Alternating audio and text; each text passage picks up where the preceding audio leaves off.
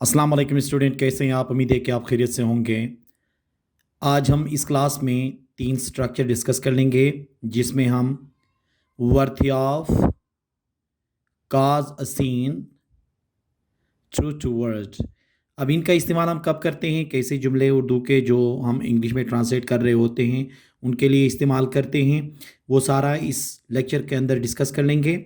वो तमाम व्यूअर्स जिन्होंने अभी तक चैनल सब्सक्राइब नहीं किया, आप चैनल सब्सक्राइब करके बेल का आइकन दबा लें, ताकि हर लेक्चर का जो नोटिफिकेशन है वो आपको आसानी से मिल सके। तो आइए वन बाय वन इनको हम डिस्कस कर लेते हैं। सबसे पहले हम वर्थ ऑफ को डिस्कस कर लेते हैं। देखें, वर्थ ऑफ जो इस्तेमाल होता है वो लायक होना के लिए इस्तेमाल होता है। उर्दू में जब हम किसी भी जुमले में, जैसे कि वो इस काम के लायक नहीं है या वो इस काम के लायक है, ऐसे जो जुमले जब इस्तेमाल होते हैं तो उसमें लायक होना या लायक होने के लिए हम क्या इस्तेमाल करते हैं? वर्थ ऑफ का इस्तेमाल करते हैं।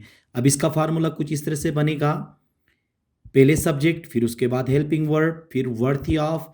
अगर वर्ब लगा तो वर्ब की फोर्थ फॉर्म इस्तेमाल होगी, इसके साथ नाउन भी हो सकता है और एडजेक्टिव भी इस्तेमाल हो सकता है, बाकी आगे अदर वर्ड्स। ठीक है। अब ये हेल्पिंग वर्ब क्या होगा, टेंसेस के लिहाज से ये चेंज होता चला जाएगा। जैसे कि देखें, वो तारीफ़ के लायक है, वो तारीफ़ के लायक है, तो क्या होगा? He is worthy of praise, he is worthy of praise.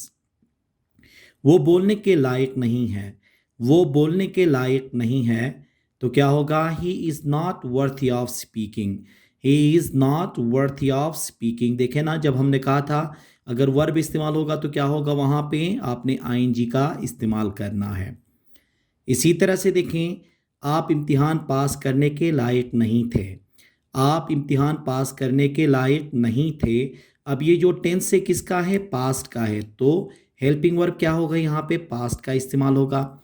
जैसे कि you are not worth of passing the exam, you are not worth of passing the exam. तो लायक होने के लिए हम क्या इस्तेमाल करते हैं? वर्थ ऑफ का इस्तेमाल करते हैं। और ये टेंस के लिहाज से इसके क्या होंगे? हेल्पिंग वर्ब्स चेंज होते चले जाएंगे। अब सेकंड जो है हमारे पास वो है काज सीन। काज सीन का इस्तेमाल होता है हंगामा खड़ा करना। क्या कहते हैं हंगामा खड़ा करने के लिए इंग्लिश में?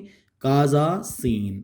अब इसका फार्मूला क्या होगा? देखें, पहले सब्जेक्ट, फिर उसके बाद काजा सीन, फिर अदर वर्ड्स। अब ये जब टेंसेस चेंज हो जाएंगे तो क्या होगा? हेल्पिंग वर्ब इस्तेमाल होगा।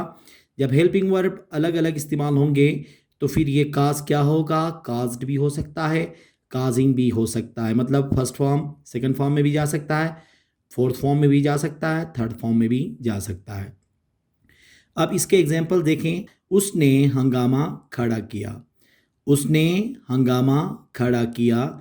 अब इसके लिए क्या इस्तेमाल होता है? देखें, he caused a scene, he caused a scene. तो इसका मतलब है ये पास सिंपल का था, तो इसलिए यहाँ पे क्या हुआ? काज्ड का इस्तेमाल हुआ, सेकंड फॉर्म। क्या आप यहाँ हंगामा खड़ा करने आए हो? क्या आप यहाँ हंगामा खड़ा करने आए हो? अब ये जो है परफेक्ट का है, तो ये प्रेजेंट परफेक्ट में क्या होगा? देखें, have you come here to cause a scene, have you come here to cause a scene. ठीक है, तो यहाँ पे क्या हुआ? देखें, हैव लगने की वजह से यहाँ पे का मतलब कम लग गया, तो कम के कम थर्ड फॉर्म का इस्तेमाल हुआ, ये प्रेजेंट परफेक्ट का है। ठीक है।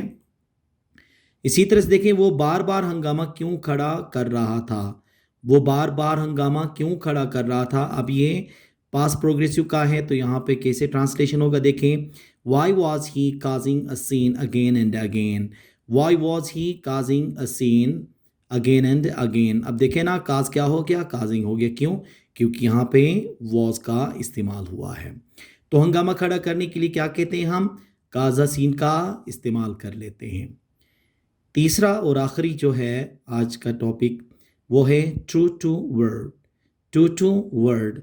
अब ये होता है बात का पक्का, या आप ये कह सकते हैं कि सच्चा भी कह सकते हो। ठीक है, जो बोलता है वो करता है, उस सेंस में ये इस्तेमाल होता है। अब इसका जो फार्मूला होगा, देखें, पहले सब्जेक्ट, फिर उसके बाद हेल्पिंग वर्ब, फिर ट्रू टू वर्ड का इस्तेमाल होगा। जैसे कि मैं बात का पक्का हूँ, मैं बात का पक्का हूँ, तो क्या होगा? I am true to word, I am true to word. Aslam बात का पक्का नहीं है, असलम बात का पक्का नहीं है, तो क्या होगा? Aslam is not true to word, Aslam is not true to word. वो, क्या वो अपनी बात का पक्का है? क्या वो अपनी बात का पक्का है? तो क्या होगा? Is he true to his word, is he true to his word. यहाँ पे हमने अपनी बात का कहा है, तो इसलिए यहाँ पे क्या हो गया? हीज़ वर्ड का इस्तेमाल हुआ। तो बात के पक्का होने के लिए क्या इस्तेमाल करते हैं? ट्रू टू वर्ड का इस्तेमाल करते हैं। ये जो तीनों जो स्ट्रक्चर्स हैं हमारे रोज़मर्रा ज़िंदगी में बहुत ज़्यादा इस्तेमाल होते हैं, ठीक है। जब हम उर्दू के ऐसे जुमलों को ट्रांसलेट कर रहे होते हैं तो हम इनका सहारा आसानी से ले सकते हैं। अगर इनकी आप प्रैक्टिस कर लें तो ये जो अंग्रेज़ी ज़बान है अंग्रेज़ी की बहुत ज़्यादा फ्लुएंट हो सकती है। तो उम्मीद है कि आज का ये लेक्चर आपको समझ में आया होगा। Thank you very much.